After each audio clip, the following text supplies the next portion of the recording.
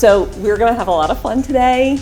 This is hopefully a very unusual day for you to just let loose. Today we're hosting the Accelerator Challenge and making sure people have an understanding of what it takes to actually do development in this climate today. Today's urban plan workshop, we're extremely excited to have various stakeholders participate in the conversation. It ties into the broader Road to 10,000 initiative that the City of Greensboro has embarked upon. So we have a very broad range of participants in the exercise today, from our city attorney to our housing and planning staff. We also have planning and zoning commissioners, we have community leaders, we even have city council members that are represented here today.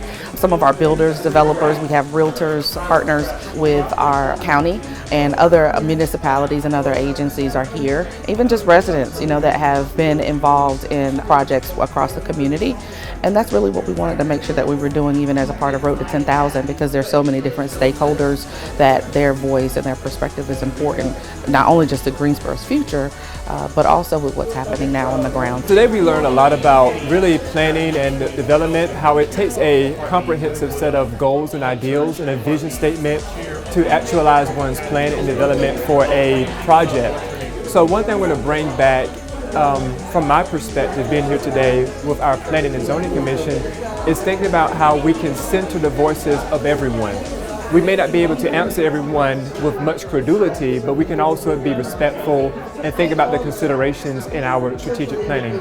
As a neighborhood and community volunteer, I don't often get to see it from the developer's point of view, and it was very helpful and interesting to see all the pressures, financial, regulatory, and just design-wise, the things that any entity has to deal with in building something in a community. Housing is super important to Greensboro.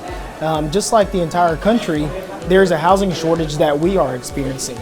And in addition to some of the programs that we administer, we also think education is super important when communicating with our constituents. One of the things that I think about, even as a planner myself, that I get really excited about is people see what the outcome is, but they don't always really get to understand the dynamics and the complexities when you're talking about the rate of return and the return on investment when the city makes these types of decisions, the community impact.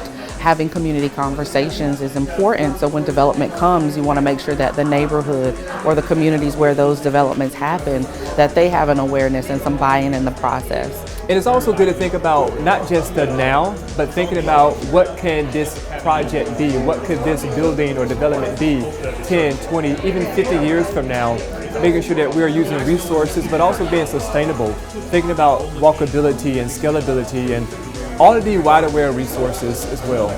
We were part of the winning group, and I think what put us over the top was that we were finally able to figure out how to balance all the components. I would recommend this activity for anyone. It's intimidating at first, but it's designed for us to work well together and to come up with something, and I learned a lot.